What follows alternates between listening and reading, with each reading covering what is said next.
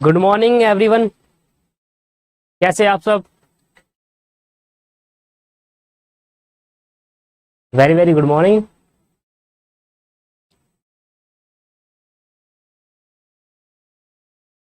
मेरी तबीयत ठीक है।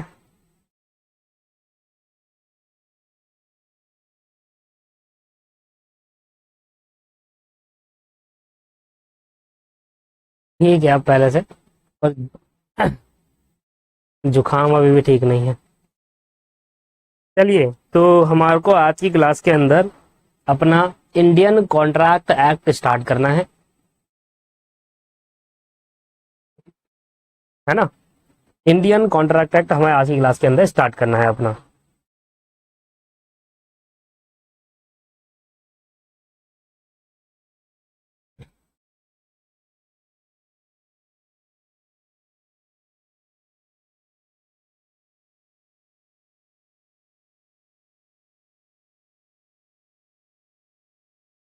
इंडियन कॉन्ट्रैक्ट एक्ट की हमारी पहली क्लास है। लैग तो नहीं कर रहा वीडियो?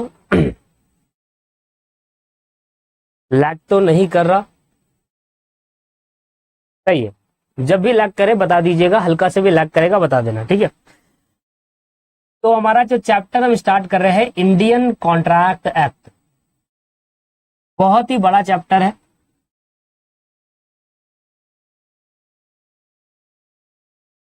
Indian contract act 1872। दोस्तों, इस चैप्टर को कंप्लीट करने में लगभग लगभग हमारे 2 से ढाई महीने लग जाएंगे। 2 से ढाई महीने हमारे लग जाएंगे इस चैप्टर को कंप्लीट करने में। इतना बड़ा चैप्टर है और काफी मजेदार चैप्टर भी है, अगर बताऊं तो आपको मैं। इस चैप्टर में खासियत भी है, मजा भी आएगा आपको।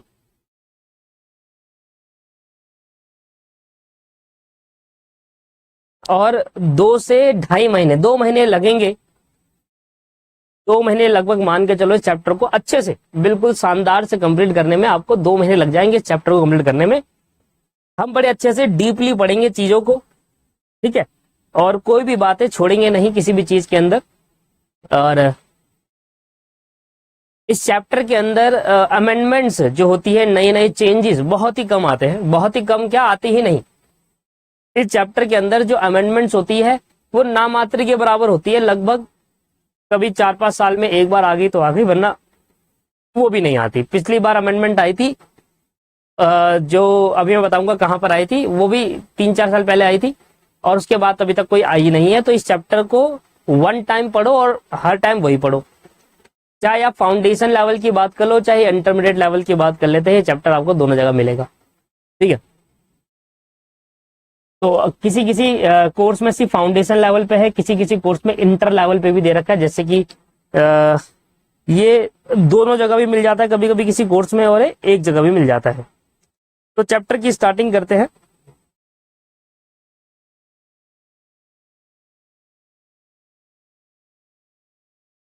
देखिए, हम एक एक्ट स्टार्ट कर रहे हैं, तो मैंने आपको बताया था कि कैसे एक्ट बनता है। याद है प्रीवियस लेक्चर के अंदर मैंने आपको पिछले लेक्चर के अंदर क्या बताया था कि एक एक्ट कैसे बनता है। तो पहले एक ड्राफ्ट बनाया जाता है, मतलब बिल बनाया जाता है, रूल बुक बनाई जाती है। उसके बाद लोकसभा में पास कराया जाता है, राज्यसभा में पास किया जाता है, एंड देन जाके प्रेसिडेंट के पास उसकी एसेंट लगती है, प्रेसिडेंट की, और उसके बाद जाकर एक्ट फॉर्म होता है। किसी भी एक्ट का जो पहला लेटर होता है वो कैपिटल लेटर होता है। This is the presentation. Act को किस तरीके से प्रेजेंट किया जाता है, तो किसी भी एक्ट की स्टार्टिंग का जो कैपिटल लेटर होगा ना, इंडियन का आई, कॉन्ट्रैक्ट का सी, एक्ट का ए, और ये सब चीजें कैपिटल होगी। किसी भी एक्ट के पहला लेटर कैपिटल होगा। तो जब भी कभी आप किसी एक्ट का नाम लिखते हैं तो उसमें जो फर्स्ट लेटर होगा उसको कैपिटल लिखिएगा, नहीं तो फिर लोग कहेंगे आपको लॉ पढ़नी नहीं आती या लॉ लिखनी नहीं आती, ठीक है। अच्छा, मैंने आपको यह भी बताया था कि किसी एक्ट का जो कैपिटल होता है, जैसे कि हम अगर एक्ट को ACT ऐसे लिखते हैं और एक्ट को ACT एक्ट लिखते हैं, तो दोनों में बड़ा डिफरेंसेस हो जाता है। इस एक्ट का नाम तो लॉ है, कानून, और इस एक्ट के को बोलते हैं एक्शन, किसी काम को करने को। तो दोनों में डिफरेंसेस आ जाता है, इसलिए कभी कभी ऐसे वर्ड होते हैं कि इसे एक वर्ड के डबल मीनिंग होते हैं। अब एक्ट ऊपर भी है, एक्ट नीचे भी है, पर फर्क क्या है, एक्ट का ए कैपिटल है इधर, एक्ट का ए इधर स्मॉलर है। तो अगर स्मॉलर है तो उस एक्ट का मतलब है एक्शन, और अगर कैपिटल है उस एक्ट का मतलब है लॉ। तो फर्क हो गया। तो सिमिलरली बहुत सारी ऐसी चीजें होती है जिसमें डिफरेंसेस आ जाते हैं, एक ही वर्ड के बहुत सारे मीनिंग निकल कर आते हैं। इसलिए कहा जाता है कि किसी भी लॉ की जो मेन हेडिंग होती है, इंडियन कॉन्ट्रैक्ट का इंडियन का आई, कॉन्ट्रैक्ट का सी और एक्ट का ए कैपिटल होगा। ऐसी सेल्स ऑफ गुड्स एक्ट जब हम आगे पढ़ेंगे तो सेल्स का एस, गुड्स का जी, ये सब कैपिटल होगा। लो जी, तो ये बातें आपको समझ में आई। अच्छा, किसी भी एक्ट को जब हम पढ़ते हैं तो सेक्शन वाइज पढ़ते हैं। तो मैंने आपको बताया भी था सेक्शंस क्या होते हैं, सब सेक्शंस क्या होते हैं, क्लॉज क्या होते हैं, ये बातें भी मैंने आपसे डिस्कस की थी। ठीक है। और जितना फाउंडेशन में है उतना ही इंटर में है इंडियन कॉन्ट्रैक्ट एक्ट, और इंटरमीडिएट में और ज्यादा भी है। ठीक है जी। तो आपको जो ये बच्चा पढ़ रहा है तो ऐसा समझिए कि आपको इंटरमीडिएट लेवल पे भी यही पढ़ना है और फाउंडेशन लेवल पे भी यही पढ़ना है, और इंटरमीडिएट लेवल पे और ज्यादा पढ़ना है।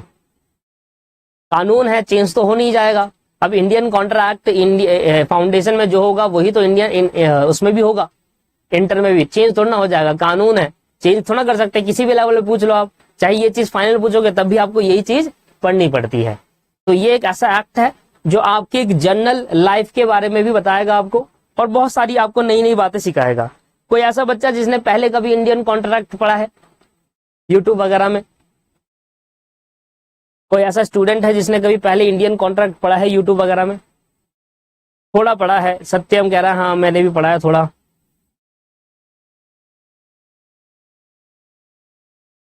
ठीक है, चलो थोड़ा, चलिए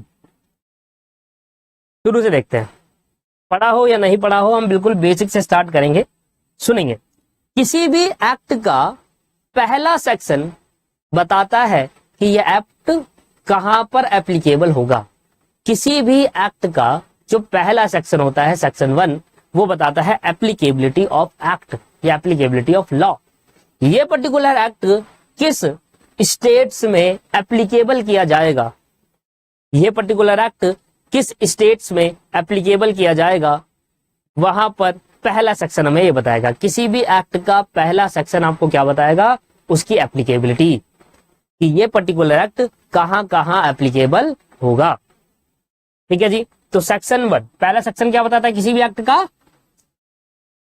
सेक्शन 1, किसी भी एक्ट, मैं एक एक्ट की बात नहीं कर रहा, आप जितने मर्जी एक्ट पढ़ो, पहला सेक्शन आपको बताएगा हमेशा applicability of act.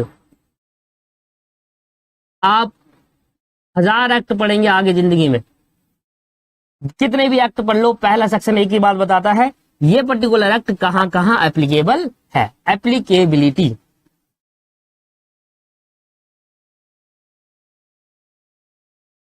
Applicability of act, या फिर आप लॉ कह लो, बात लिखिए।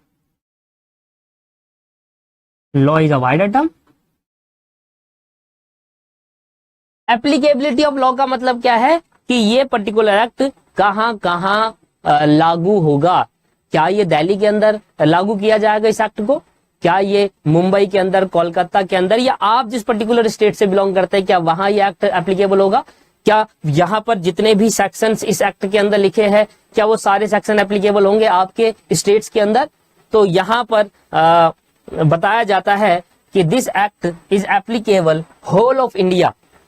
This act is applicable whole of India.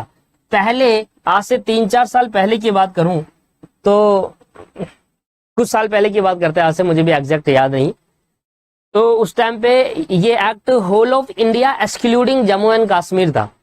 मतलब जम्मू कश्मीर में ये एक्ट एप्लीकेबल नहीं होता था। ठीक है। जब से आर्टिकल हटाया 35A, तब से ये एक्ट एप्लीकेबल होने लगा जम्मू एंड कश्मीर में। तो तब से एक ही अमेंडमेंट आई थी कि ये एक्ट एप्लीकेबल होगा अब जम्मू एंड कश्मीर में भी। इसलिए पहले ऐसे लिखते थे this act is applicable, this act is applicable whole of India, whole of India, this act is applicable whole of India. पहले होल ऑफ इंडिया के बाद लिखते थे एक्सक्लूडिंग जम्मू एंड कश्मीर, ऐसे लिखा करते थे। तो यहाँ पर ना एक बड़ी दुविधा थी, बड़ी दुविधा हुआ करती थी, बड़ा स्टूडेंट परेशान होते थे, क्योंकि अगर मान लो आप 100 एक्ट पढ़ रहे हो ना, तो 100 में से मान लो 30 एक्ट कहेंगे कि ये जम्मू एंड कश्मीर में एप्लीकेबल नहीं है और 70 एक्ट कहेंगे ये एप्लीकेबल है। तो याद रखना बड़ा मुश्किल हो जाता था कि यार कौन सा एक्ट एप्लीकेबल होगा और कौन सा एक्ट एप्लीकेबल नहीं होगा। इससे 1-2 नंबर का क्वेश्चन भी पूछ लिया करते थे और बच्चे गलत करके भी आ जाते थे, क्योंकि एग्जैक्टली याद तो रहता नहीं था, क्योंकि बहुत सारे एक्ट है। मान लो एक सिलेबस के अंदर, अभी इस सिलेबस के अंदर हमें मान लो 10 से 12 एक्ट पढ़ने हैं, तो 10 से 12 में हमें ये याद रखना होगा कि कौन सा एप्लीकेबल है, कौन सा एप्लीकेबल नहीं है ना, जम्मू एंड कश्मीर के अंदर। तो वो बड़ी प्रॉब्लम आ जाती थी उस टाइम पे। पर आज के टाइम पे क्या है कि अब इस टाइप के क्वेश्चन पूछा ही नहीं करता, क्योंकि आप सबको पता है कि कोई भी एक्ट इंडिया के अंदर, कोई भी कानून जब पास होता है वो जम्मू एंड कश्मीर के अंदर भी इक्वली एप्लीकेबल रहेगा। तो इसलिए आप लिखाएगा this act is applicable whole of India. ऐसे लिखने की जरूरत नहीं है इंक्लूडिंग जम्मू एंड कश्मीर, क्योंकि Jammu and Kashmir is a part of India, Jammu and Kashmir India का पार्ट है।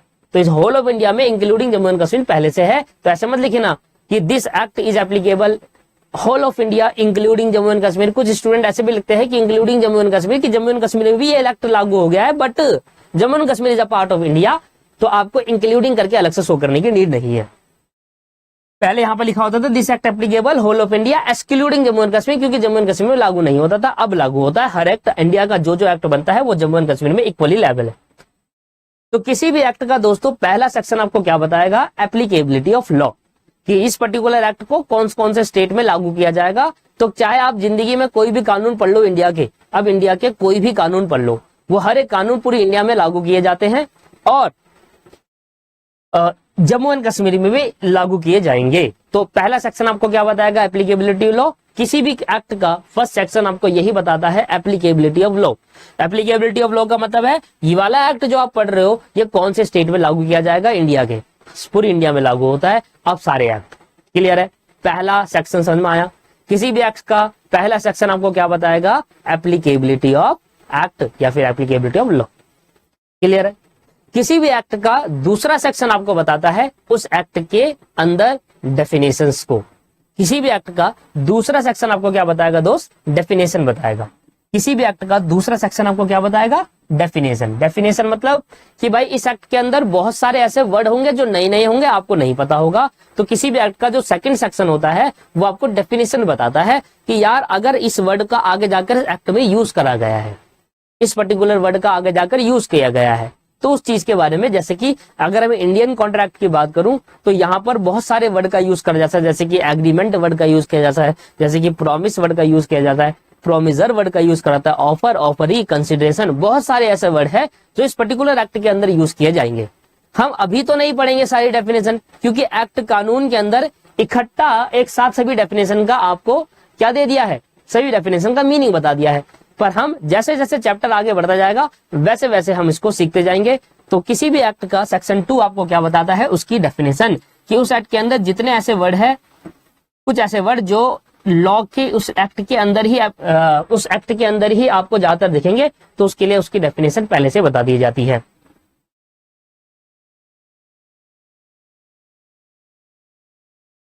स्पेलिंग ठीक है क्या डेफिनेशन की?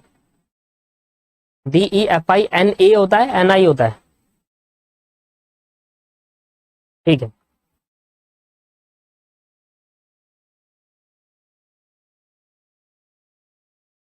ठीक है, तो किसी भी एक्ट का सेक्शन 2 हमें बताता है डेफिनेशन। तो किसी भी एक्ट का सेक्शन 1 क्या बताएगा आपको, उस एक्ट की एप्लीकेबिलिटी। किसी भी एक्ट का सेक्शन 2 आपको बताएगा सर डेफिनेशन, कि उस पर्टिकुलर एक्ट के अंदर कुछ ऐसे वर्ड होंगे जो नए वर्ड होंगे, तो उसका मतलब हम आपको पहले ही बता रहे हैं। पर हम ये अभी पढ़ नहीं सकते सेक्शन, क्यों? क्योंकि सर जैसे जैसे हम आगे बढ़ते जाएंगे ऑटोमेटिकली सारी डेफिनेशन कवर करते हुए जाएंगे। तो इस एक्ट के अंदर सेक्शन 2 में जो इतनी भी डेफिनेशन लिखी है सारी आपको आएगी, पर धीरे धीरे आएगी, पहले दिन में नहीं समझा पाऊंगा मैं आपको चीजें, ठीक है जी। चलो, डेफिनेशन में आई आता है, ए आता है, तो स्टूडेंट कह रहे हैं DEFINATION, ए आता है। देखा, फंस गए ना सही बच्चे। इसका मतलब स्पेलिंग प्रॉब्लम मुझे ही नहीं, बहुतों को भी है। अब ठीक है,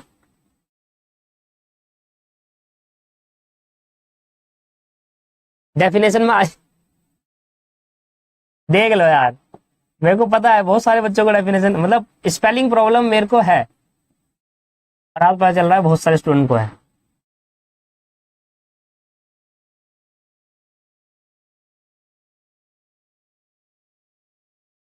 देख लो इस कमेंट में पता चल रहा है किन बच्चों को आती है स्पेलिंग मिस्टेक, किन को हो रही है, किन को नहीं हो रही।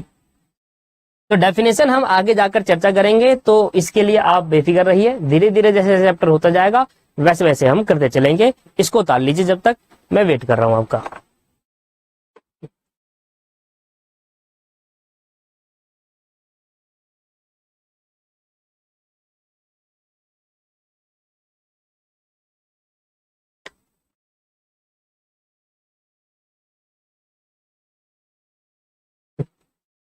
उतार लिया। आइए अगला पेज कहते हैं। अब मैं आपको बताता हूं कि इंडियन कॉन्ट्रैक्ट एक्ट दोस्तों, इंडियन कॉन्ट्रैक्ट के टोटल 266 सेक्शन है। इंडियन कॉन्ट्रैक्ट में टोटल 266 सेक्शन है, 266 सेक्शन। बहुत बड़ा ये एक्ट है, बहुत बड़ा है। तो क्या हुआ कि इंडियन कॉन्ट्रैक्ट के अंदर बहुत सारे सेक्शन हुआ करते थे पहले। और देखो इंडियन कॉन्ट्रैक्ट लाया गया है इंग्लैंड के एक्ट से। इंग्लैंड में भी कॉन्ट्रैक्ट था, इंग्लैंड में कॉन्ट्रैक्ट एक्ट था। तो इंग्लैंड के कॉन्ट्रैक्ट को कॉपी किया, उसमें कुछ बातें वहां पर ऐड ऑन करी और सामने लगा दिया इंडियन, तो बन गया इंडियन कॉन्ट्रैक्ट। तो इंडिया के अंदर बहुत सारे ऐसे एक्ट है जो इंग्लैंड से लिए गए हैं। तो इंग्लैंड के एक्ट को इंग्लिश लॉ कहा जाता है। क्या बोला जाता है? इंग्लैंड में जो कानून होते हैं उनको इंडिया में इंग्लिश लॉ कहा जाता है, जबकि इंडिया में जो कानून होते हैं उसको इंडियन लॉ कहा जाता है। याद रहेगी ये बात। तो कहीं पर भी अगर इंग्लिश लॉ लिखा है इसका मतलब वो लॉ इंग्लैंड के है, वो एक्ट वो कानून इंग्लैंड का है। तो इंग्लैंड के कानून को इंग्लिश लॉ कहा जाएगा इंडिया के अंदर। इंडिया के अंदर इन इंडिया, इंडिया के अंदर क्या कहा जाता है? In India. तो कभी भी अगर आप कहीं पर वर्ड सुनाई दे रहे हो इंग्लिश लॉ, इसका मतलब ये किसकी बात कर रहा है? इंग्लैंड के लॉ की बात कर रहा है। इंग्लिश लॉ किसकी बात कर रहा है दोस्तों? इंग्लैंड के लॉ की बात कर रहा है।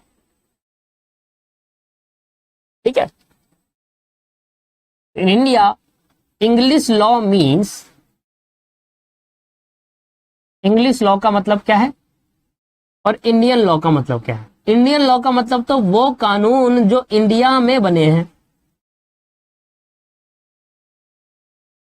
वो एक्ट जो इंडिया में है, इंडिया में लागू है।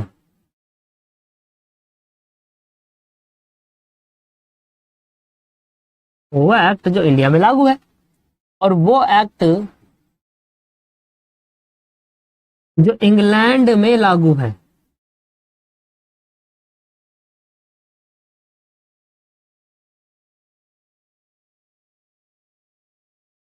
इंग्लैंड में लागू है, उसको आज के बाद कहा जाएगा उसको आज के बाद क्या कहा जाएगा दोस्तों?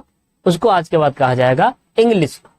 तो कभी भी इंडियन कॉन्ट्रैक्ट के अंदर अगर आपको वर्ड सुनाई देता है इंग्लिश लॉ, इस मीन वो लॉ जो इंडिया इंग्लैंड में एप्लीकेबल है। इंडिया इंग्लैंड के कानून को इंडिया में इंग्लिश लॉ कहा जाता है, और इंडियन लॉ को तो इंडियन लॉ ही कहा जाएगा क्योंकि इंडिया में बने हैं। अब मैं आपको एक बात बता रहा था कि इंडियन कॉन्ट्रैक्ट में पहले 266 सेक्शन होते थे। 266 एक से लेकर 266 सेक्शन हुआ करते थे इंडियन कॉन्ट्रैक्ट के अंदर। तो all section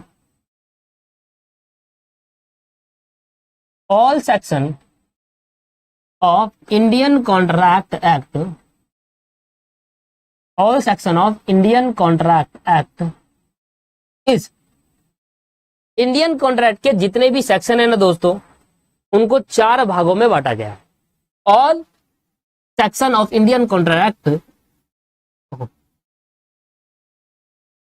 all section of Indian contract 1872 is divided into 4 part, divided into 4 part, 4 भागों में बांट दिया गया। इंडियन कॉन्ट्रैक्ट के सभी सेक्शन को 4 भागों में बांट दिया, टुकड़ों में बांट दिया। अब वो 4 भाग कौन कौन से हैं, आइए देखते हैं सर।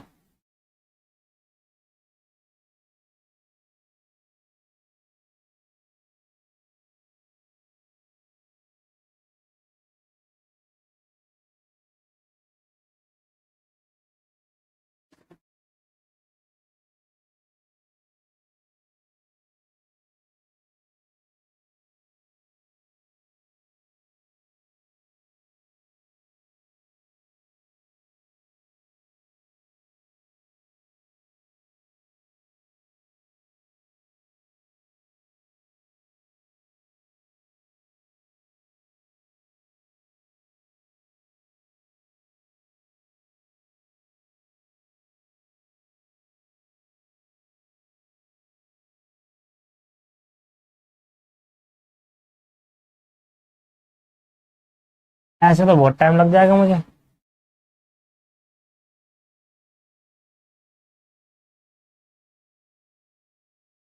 इससे से तो मैं खुद ही कर लेता। इंडियन कॉन्ट्रैक्ट के 266 सेक्शन को 4 भागों में बांटा गया। सर कौन कौन से भागों में बांटा गया, इसको थोड़ा छोटा कर। पहला सेक्शन लेकर सेक्शन 1 से लेकर सेक्शन 75 तक, एक ही अलग कर दिया। सेक्शन 1 से लेकर सेक्शन 75 तक अलग कर दिया। दूसरा सेक्शन 76 से लेकर 123, सेक्शन 176 से लेकर 123।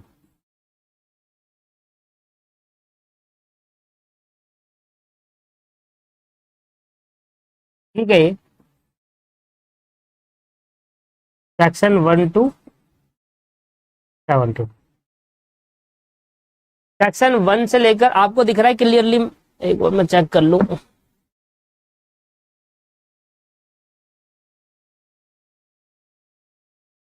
उतार लो, इतना उतार लो आप जब तक।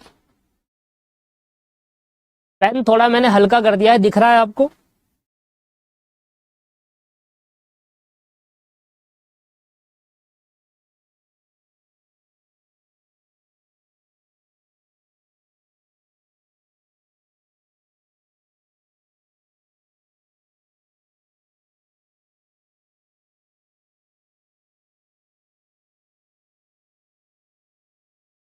ओके,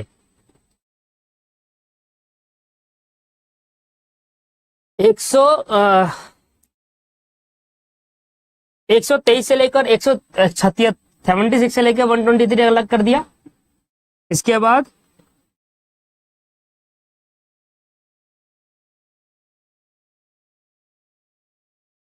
सेक्शन 124 से लेकर 238 तक ये अलग कर दिया। एंड 239 से लेकर 260 से अलग कर दिया। सेक्शन 239 से लेकर 266 अलग कर दिया।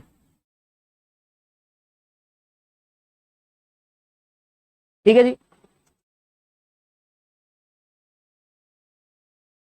अब एक एक करके बताता हूं कि कौन कौन से सेक्शन हमें अभी पढ़ने हैं, कौन से कब पढ़ने, कौन से कब पढ़ने हैं। पहला सेक्शन 1 to 75 कहता है लो, इसमें कुछ ऐसे कानून लिखे हुए हैं जो general principle of general contract principle है, मतलब जनरल बातें हैं, रोजाना जो बातें होती है। आप अपने दोस्त से कुछ खरीद रहे हो और उसको कुछ पैसे दे रहे हो, ये भी एक कॉन्ट्रैक्ट है। ठीक है, आपने दुकानदार से कुछ खरीदा, उसको पैसे दिए, ये भी एक कॉन्ट्रैक्ट है। तो जनरल बातें हैं जो रोजाना अपनी जनरल बातों में आप कहते हैं, इसलिए बोलता है law relate to general principle of contract. क्या बोलते हैं इसको? Law related to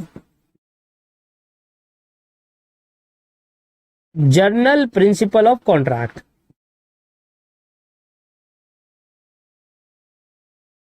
law related to general principle of contract. ठीक है, तो पहला 1 से लेकर 75 सेक्शन तक हमें क्या करना है? Law related to general principle of contract. इसके बाद जो अगला बताया गया, law related to sales of goods act. Law related to sales of goods act 1930। अब क्या हुआ दोस्तों, ध्यान सुनेंगे। इंडियन कॉन्ट्रैक्ट के अंदर देखा गया जो सेक्शन 76 से लेकर 123 तक जो सेक्शन थे, उसमें जो भी बातें लिखी थी वो गुड्स के बेचने और बेचने से रिलेटेड लिखी थी, मतलब गुड्स से रिलेटेड बातें लिखी गई थी। हमने जब इंडियन कॉन्ट्रैक्ट को पूरा पढ़ा तो देखा गया कि सेक्शन 76 से लेकर सेक्शन 123 तक गुड्स से रिलेटेड सारी बातें लिखी थी। तो हमारी इंडियन गवर्नमेंट ने क्या करा, जो बातें गुड्स से रिलेटेड थी उनको कॉन्ट्रैक्ट में नहीं डाला, है तो वो पार्ट कॉन्ट्रैक्ट का ही, पर उसके लिए एक अलग एक्ट पास कर दिया जिसका नाम रखा सेल्स ऑफ गुड्स एक्ट। क्योंकि यहां पर सभी बातें गुड्स की बेचने की बात हो रही थी, गुड्स की रिलेटेड बातें हो रही थी। तो सेक्शन नंबर 76 से 123 में जो भी बातें हो रही थी वो गुड्स से रिलेटेड हो रही थी, इसलिए हमने इसके लिए अलग एक्ट पास कर दिया है जिसका नाम रखा सेल्स ऑफ गुड्स एक्ट। बताइए सर, समझ में आ गई बात है? अब यहां पर देखा, जब सेक्शन 124 से 238 पढ़ा तो सेक्शन 124 से 238 में कुछ स्पेशल कॉन्ट्रैक्ट की बात करी। जैसे जनरल प्रिंसिपल है ना, जो रोजाना डेली रूटीन में यूज होते हैं, ऐसी कुछ स्पेशल कॉन्ट्रैक्ट होते हैं जो कभी कभी यूज होते हैं, हर कोई इनको यूज नहीं करता, कोई कोई इनको यूज करता है। जैसे कि कॉन्सेप्ट ऑफ बेलमेंट, बेलमेंट का एक कॉन्सेप्ट है जो हर कोई यूज नहीं करता। जैसे contract, concept of agency, agency का कॉन्ट्रैक्ट है तो ये भी हर कोई, तो इनको बोला स्पेशल कॉन्ट्रैक्ट। क्या बोला इनको? Special contract. सर इस सेल्स ऑफ गुड्स एक्ट में ओ कैपिटल रखना है या स्मॉल है? ओ कहां से आ गया? सेल्स ऑफ गुड्स एक्ट में ओ कहां से आया? ये कैपिटल है, ये क्या, अच्छा ये वाला? नहीं नहीं नहीं, ये आप कैसे भी लिख सकते हैं, इसमें कोई दिक्कत नहीं। ऑफ का ओ, ठीक है, ये कैसे भी लिख सकते, कोई दिक्कत नहीं। अरे इतना कोई नहीं देखेगा, बस मैं एक जनरल सेंस में बता रहा हूँ। ये तो घुस गया डीपली, इतना डीप थोड़ा घुसना था। मैं बताऊंगा कहां जाना है डीपली, उस तू तो बहुत ज्यादा घुस गया इसमें।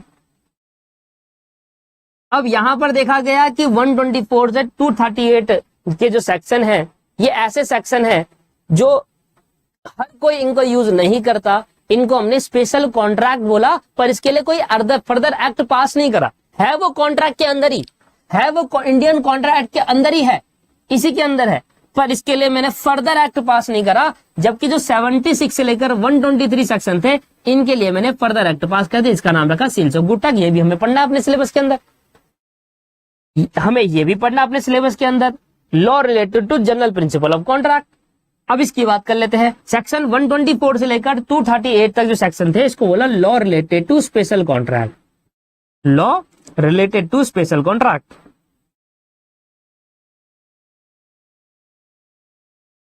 Law related to special contract. अब ये भी इंडियन कॉन्ट्रैक्ट में ही है दोस्तों, इसके लिए कोई further rule, further act pass नहीं हुआ। आज भी law related to special contract Indian contract के अंदर ही पढ़ा जाता है। ये हमें फाउंडेशन लेवल पे नहीं पढ़ना, ये हमें इंटरमीडिएट लेवल पे पढ़ना है। मतलब अगर कोई स्टूडेंट इंटर की बच्चे की क्लास देख रहा है तो उसको ये पढ़ना पड़ेगा, उसको ये कराया जाएगा। और कोई बच्चा फाउंडेशन देख रहा है तो उसको सिर्फ यही पढ़ाया जाएगा, इतना ही पढ़ना है आपको। मतलब आपके सिलेबस से अकॉर्डिंग आपकी क्लास आएगी। मतलब आपको क्या करना है, इंटरमीडिएट वाला जो स्टूडेंट है उसको ये भी पढ़ना है और ये भी पढ़ना है, मतलब उसको दोनों पढ़ने हैं। इंडियन कॉन्ट्रैक्ट में ये भी पढ़ना है और ये भी पढ़ना है। और जो फाउंडेशन वाला स्टूडेंट है उसको सिर्फ ये पढ़ना है, ये नहीं पढ़ना, इंटर में है वो। ठीक है जी। तो जब आप इंटरमीडिएट में आओगे, जो बच्चा फाउंडेशन का वो जब इंटरमीडिएट में आएगा तो उसको ये तो पढ़ना ही होगा, जो उसने फाउंडेशन पढ़कर आया था उसको ये भी पढ़ना होगा। तो ये तो दोनों में ही है। तो ये फाउंडेशन वाले बच्चे जो आज पढ़कर जा रहे हैं, इंटर में जाएंगे, उनको तब भी यही पढ़ना होगा एज इट इज कॉपी, क्योंकि लॉ चेंज नहीं होता। लेवल चेंज होने से लॉ थोड़ा ना चेंज हो जाएगा दोस्त, यही मैं समझा रहा था आपको। ठीक है जी। अब जो सेक्शन 239 से लेकर 266 सेक्शन थे, ये बात कर रहे थे पार्टनरशिप से रिलेटेड, इसलिए इनके लिए नया एक्ट पास कर दिया, partnership act 1932, law related to partnership act 1932।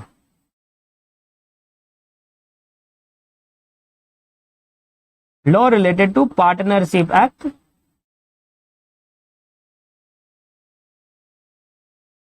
1932।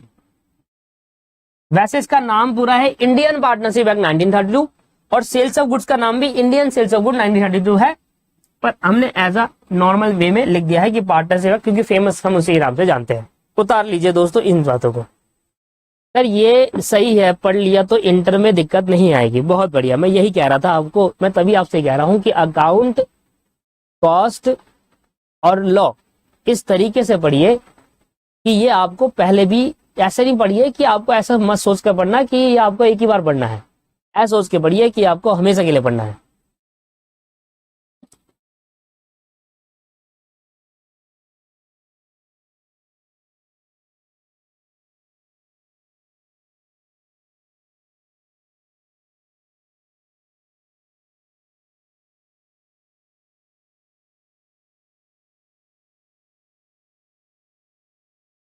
बिल्कुल आगे भी पढ़ना है, इसलिए मैं ऐसा कह रहा था। तो बेसिकली फाउंडेशन लेवल के लिए, चाहे वो इंटरमीडिएट लेवल पे हो चाहे वो फाउंडेशन, उनको ये तो पढ़ना ही पढ़ना है। फाउंडेशन वाले बच्चों को ये नहीं पढ़ना, जबकि इंटरमीडिएट वाले बच्चों को ये भी पढ़ना है। चलिए आगे बात कर लेते हैं अब। हाँ जी दोस्तों, वीडियो में कुछ थोड़ा इशू आ गया था, इसलिए मैं ये दोबारा रिकॉर्ड कर रहा हूँ। ठीक है, थोड़ा 1 घंटे का ब्रेक लेकर वहीं से, मतलब मैं बता रहा था आपको एक चीज कि सीएमए इंटरमीडिएट लेवल पर ना, इंडियन कॉन्ट्रैक्ट एक्ट के अंदर सीएमए इंटरमीडिएट लेवल पर मतलब बहुत वाइड सिलेबस कर दिया गया है। नए सिलेबस के अकॉर्डिंग अगर बात करें तो इंडियन कॉन्ट्रैक्ट के अंदर कौन कौन से टॉपिक, मतलब मैं आपको बढ़ा रहा हूं कि हमें इस पूरे एक्ट के अंदर क्या क्या हमें पढ़ना है, कौन कौन से टॉपिक हमें पढ़ने हैं। तो यहां हम लिखते हैं heading chapter two B cover,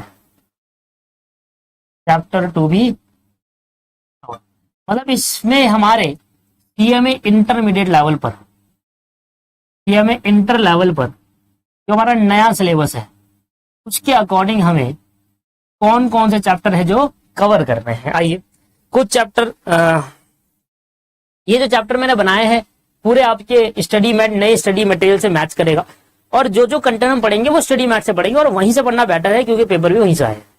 ठीक है ना, ठीक है। नोट्स मैं आपको दे दूंगा, धीरे धीरे मैं आपको नोट्स भी डिलीवर करता हुआ चलूंगा, क्योंकि देखिए एक्ट जो होता है वो बहुत बड़ा होता है, अगर हम एक एक चीजें पढ़ेंगे ना तो इसी में घुस जाएंगे।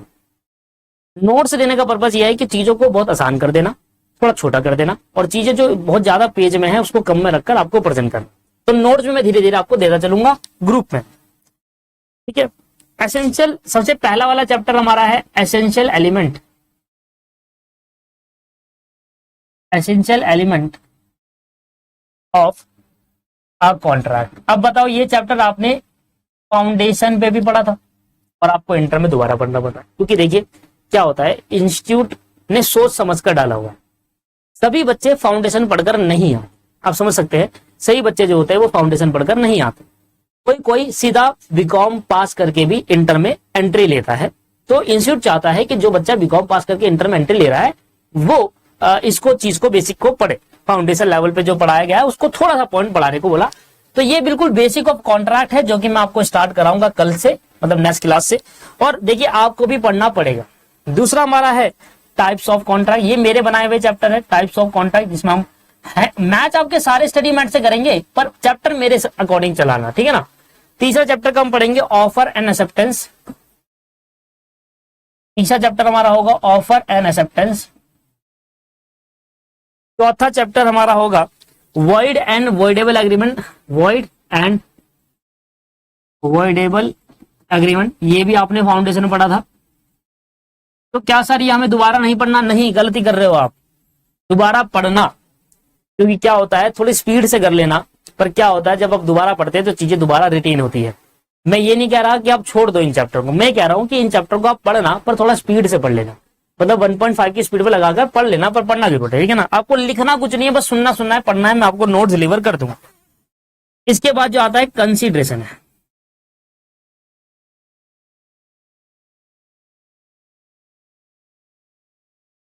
ना चाहते भी आपको पढ़ना पड़ेगा, क्योंकि अगर आप ये बातें नहीं पढ़ेंगे आगे की बात समझ नहीं आएगी, मैं आपको गारंटी कह रहा हूं। छठा आपका टॉपिक है लीगलिटी ऑफ ऑब्जेक्ट। अब देखना इतना वाइड सिलेबस कर दिया है नए में इंटरमीडिएट लेवल पर, क्या बताया आपको? E contract, e contract essential requirement, e contract essential requirement for enforceability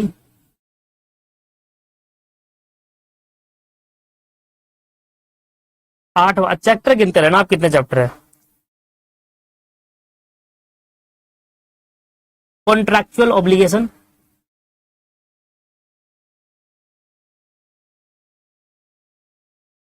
आठवां, बिल्कुल नया टॉपिक है। नौवां कॉन्ट्रैक्चुअल राइट एंड ऑब्लिगेशन, नौवां आप देखो क्वासी कॉन्ट्रैक्ट, कंटीजेंट कॉन्ट्रैक्ट, ये आपने पढ़ा है फाउंडेशन पे, है ना?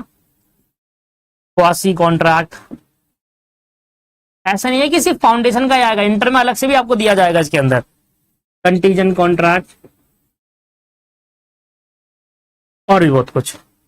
10वां टॉपिक है आपके पास, ये एक नया टॉपिक है, असाइनमेंट ऑफ, पूरा लिख लेना, असाइनमेंट ऑफ कॉन्ट्रैक्चुअल राइट। ये बिल्कुल नया टॉपिक है जो आप पहली बार पढ़ोगे, contractual right and obligation.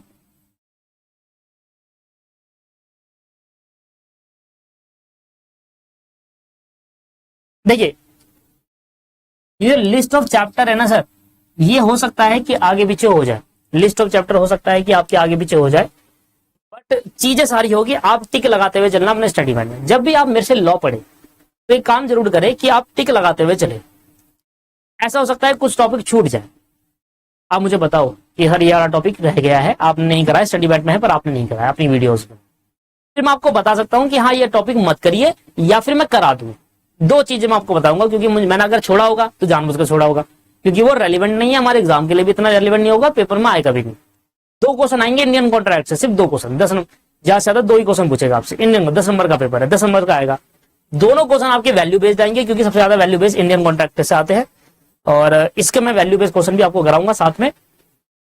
But इतना सारा कंटेंट पढ़ना पड़ेगा, फिर को चैप्टर तो बहुत है, भी पहले चैप्टर लिखवा देता हूं आपको मैं, सब बहुत सारा नया डाला है, पहले ये नहीं था इंटर के पुराने सिलेबस में। अब तुम सोच रहे कहीं गलती तो नहीं कर दी, रिप्रेजेंटेशन एंड वारंटी, ये नया चैप्टर है बिल्कुल। मतलब पहले इंडियन कॉन्ट्रैक्ट को इतना ज्यादा नहीं पढ़ाया जाता था, पर अब तो पता नहीं कितना ही कुछ डाल दिया। Impossibility and force majeure, impossibility and force,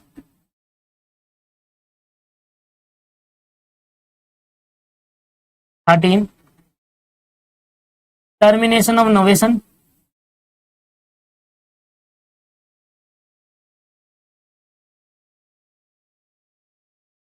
14 tender procedure of government contract, ये भी नया है, tender procedure of government contract,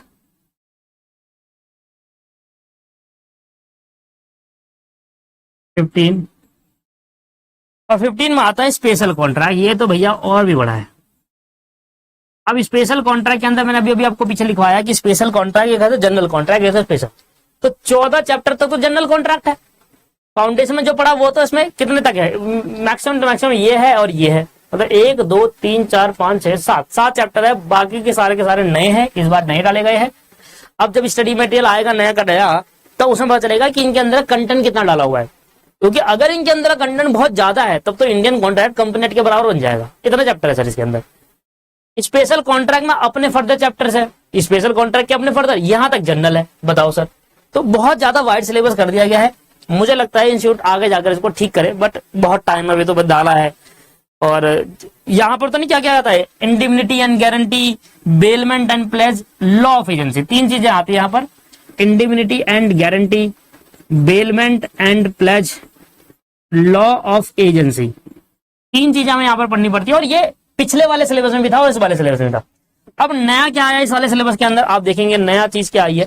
नया चीज आपको क्या मिलेगा इधर, ई कॉन्ट्रैक्ट पहले भी था, ये एक नया चीज आई है, कॉन्ट्रैक्चुअल ऑब्लिगेशन, पहले नहीं पढ़ाते इतना डीपली, ये एक नई चीज आई है यहाँ पर, 1 2 3 4 ये पूरी की पूरी नहीं थी। अब सोचो इतना सारा नया कंटेंट डाल दिया गया है, नए सिलेबस के अंदर इतना सारा कंटेंट डाला गया है। स्पीड से क्लास देखना है अगर जल्दी कोर्स कंप्लीट कर रहा है, क्योंकि क्लासेस आपको ही पता है एक चैप्टर में अगर मान के चलो 15 चैप्टर है, एक एक्ट के अंदर अगर 15 चैप्टर है तो सर कितना टाइम लग सकता है। 10 नंबर का है, नए सिलेबस के अकॉर्डिंग ये 10 मार्क्स का है, सिर्फ 10 मार्क्स के लिए 15 चैप्टर पढ़ेंगे। तो आप कहोगे सर ये क्या है सर, इसमें तो मतलब पढ़ने का भी मन नहीं करेगा, मतलब इतना तो है नहीं।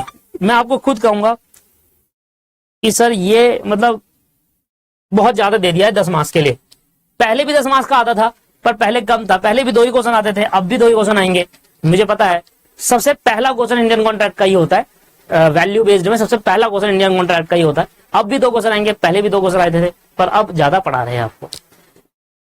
कोशिश करेंगे कि आपको चीजें वो इंपॉर्टेंट चीजें बताई जाए, पढ़ाया आपको सारा जाए। जो इररेलेवेंट पार्ट होता है, मतलब जो कहीं पर यूज नहीं होना, ना तो प्रैक्टिकल लाइफ में ज्यादा यूज होना है और ना ही एग्जाम में पूछा जाए, क्योंकि देखो इंस्टीट्यूट का काम है डालना, पर इन हैंड पढ़ना आपको ही है, इन हैंड पढ़ना आपको ही है। ये सारी चीजें आपको याद करनी है, मेरा काम भी पढ़ाना है। मैं आपको चीजों को समझा दूंगा, याद तो आपको ही करना है ना इन हैंड।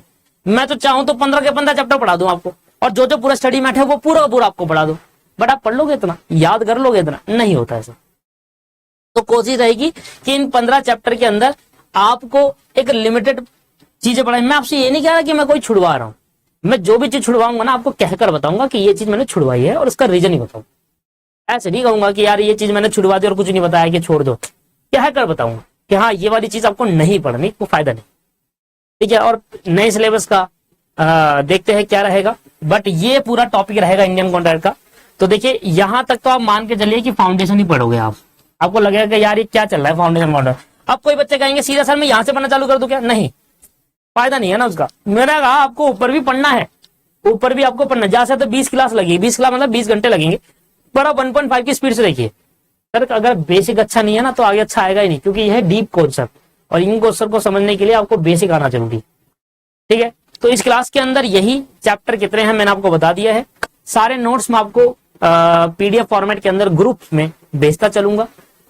जब भी आपने क्लास बाय करी होगी तो आपको मेरा नंबर मिला होगा, ग्रुप में ऐड कर लीजिए अपने आप को मेरे से मैसेज करके, और इनकी पीडीएफ सारी मैं भेजता रहूंगा। और लॉ के अंदर हम 2 चैप्टर एक साथ पढ़ेंगे, एक तो हमारा इंडियन कॉन्ट्रैक्ट जो चल रहा है वो चल रहा है साइड बाय साइड, और एक साइड बाय साइड हमारा कंपनीज एक्ट या इंडस्ट्रियल लॉ भी साइड बाय साइड चलेगा। 2 चैप्टर एक साथ पढ़ना पड़ेगा, तभी आप जल्दी कोर्स कंप्लीट कर पाएंगे। चलो मिलते हैं नेक्स्ट क्लास के अंदर। आज की क्लास में यही करते हैं और नेक्स्ट क्लास में स्टार्ट करेंगे Indian contract. Thank you very much.